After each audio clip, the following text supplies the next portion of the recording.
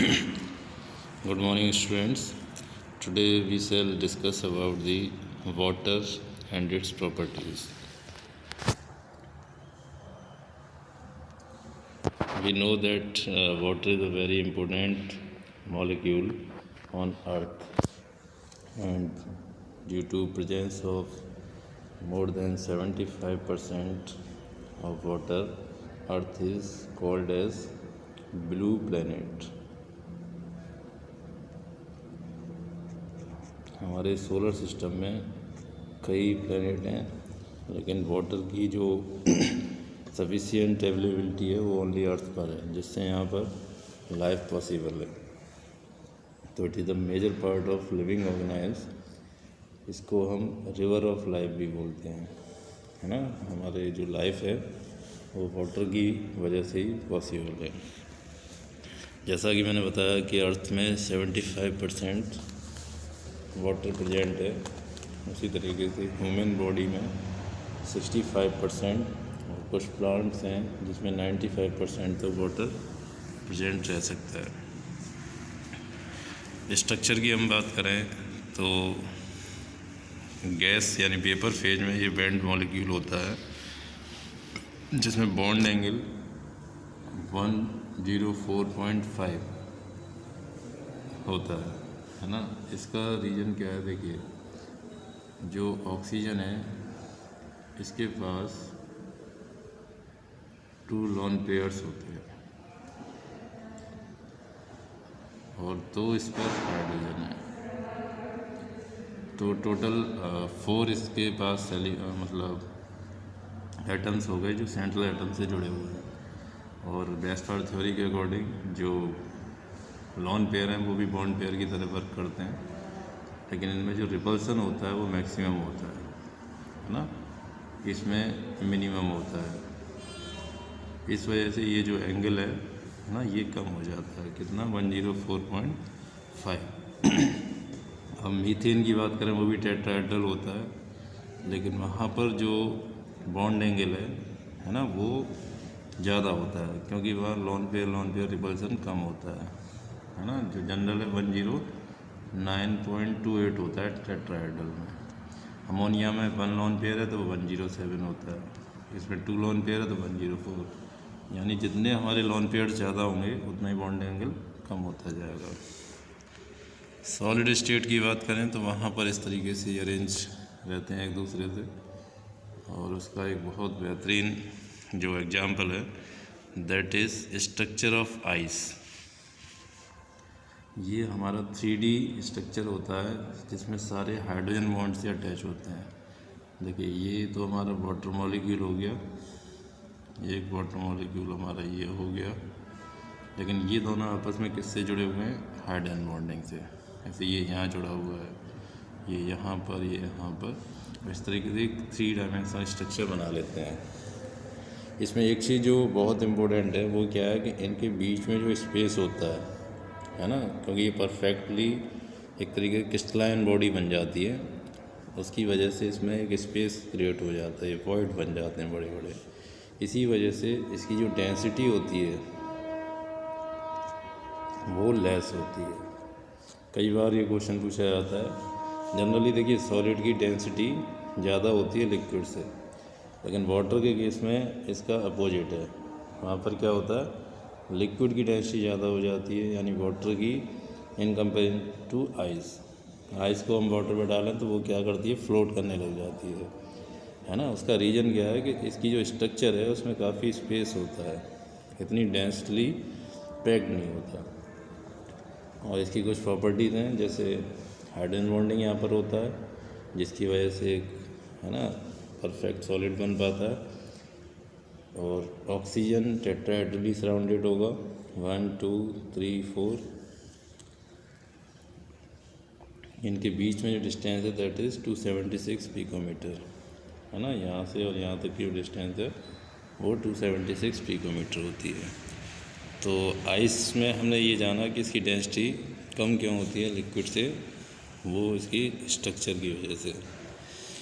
अब हम कुछ केमिकल प्रॉपर्टीज़ के बारे में बात करेंगे वाटर की, है ना। ये सारी जो केमिकल प्रॉपर्टीज़ हैं बहुत ही रिमार्केबल प्रॉपर्टीज़ हैं, है ना। First one is amphoteric. देखिए आपने एम्फीबिया पढ़ा होगा, है ना। एम्फीबिया क्या होता है? फ्रॉग्स वगैरह जो वाटर पर भी सर्वाइव कर सकते हैं और लैंड पर भी सर्वाइव कर सकते हैं। एम्फोटेरिक का मीनिंग होता है जिसमें दोनों एबिलिटी हो, जो एसिड की तरह भी बिहेव कर सके और बेस की तरह भी बिहेव कर सके। तो देखिए NH3 के साथ ये एसिड की तरह बिहेव करता है, act as an acid with NH3, और H2S के साथ ये बेस की तरह बिहेव करता है, ठीक है। NH3 H+ इससे एक्सेप्ट करेगा और ये NH4+ में कन्वर्ट हो जाएगा, यानी प्रोटॉन इसने दे दिया।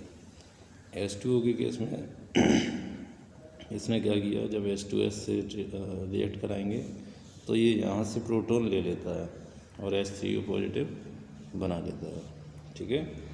तो ये डिपेंड करता है, ज़रूरत पड़ने पर एसिड की तरह भी काम कर सकता है और बेस की तरह भी वर्क कर सकता है। तो ये एम्फोटेरिक नेचर होता है। ये रेडॉक्स रिएक्शन भी देता है। Water can be easily reduce to H2। कोई भी इलेक्ट्रोपॉजिटिव मेटल है, हमें पता है मेटल के साथ रिएक्ट कराते हैं तो हाइड्रोजन गैस देता है। ये तो जनरल रिएक्शन है ना। मेटल की जब वाटर से रिएक्ट कराते हैं तो हाइड्रोजन गैस रिलीज होती है। आप 10th से पढ़ते हुए आ रहे हैं। Third one, hydrolysis reaction due to high dielectric constant. ये एक स्ट्रॉन्ग हाइड्रेटिंग टेंडेंसी शो करता है। इसका जो डाइलेक्ट्रिक कांस्टेंट है ना, D, वो कितना है? 80। ये वास्तव में बहुत हाई है। इसकी वजह से ये कई सारे सब्सटेंस जो डिज़ोल्व नहीं होते उनको आसानी से क्या करता है? डिज़ोल्व कर लेता है। डाइलेक्ट्रिक क्या वर्क करता है? जैसे ये दो हमारे इनके बीच में पोलर बॉन्ड है ना, उसको ये आसानी से क्या करता है? एक दूसरे इसके बीच में आ जाएगा। जब बीच में आ जाएगा और इसके पास दोनों ही बॉन्ड्स हैं, सिग्मा पॉजिटिव भी है और सिग्मा नेगेटिव है, तो ये एक दूसरे को ये बॉन्ड करके और क्या करते हैं? अलग कर देते हैं। तो इससे क्या होता है? वो डिज़ोल्व हो जाता है। यह फास्फोरस पेंटा ऑक्साइड है। इसकी रिएक्शन जब हम वाटर से कराएंगे तो क्या बन रहा है? H3PO4। ऐसे SiCl4 की रिएक्शन हम वाटर से कराएंगे तो क्या बन रहा है? SiO2 + 4HCl, ठीक है। Now the next one is hydrates formation. Hydrate formation ये कई तरीके के हाइड्रेट्स बनाता है जो कि क्रिस्टलाइन नेचर के होते हैं। एक कोऑर्डिनेट वाटर जिसमें कोऑर्डिनेशन बॉन्ड होता है, आप 12th में पढ़ेंगे। जो बॉन्डिंग हमारी 3 टाइप्स की होती है, एक आयनिक होती है, एक कोवलेंट होती है और एक कोऑर्डिनेट होती है, ठीक है। 3 टाइप्स की हमारी बॉन्डिंग यहाँ पर होती है। तो कोऑर्डिनेट बॉन्डिंग वो है जिसमें एक एटम है वो अपना पूरा लोन पेयर है ना, दूसरा जो एटम है उसको डोनेट कर देता है।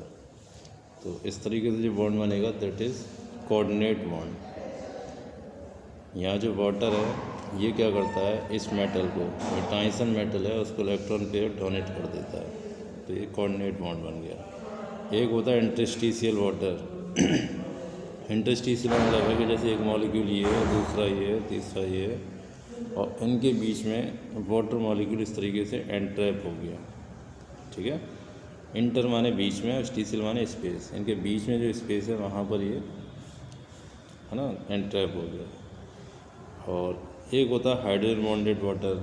हाइड्रोजन बॉन्डेड का मतलब है कि जैसे ये हमारा मॉलिक्यूल है, इसमें ये जो वाटर है ना, ये कैसे हाइड्रोजन बॉन्ड के फॉर्म में इससे अटैच्ड है। इसका कॉपर सल्फेट आपने देखा, एक हाइड्रेटेड होता है, एक अनहाइड्रेटेड होता है।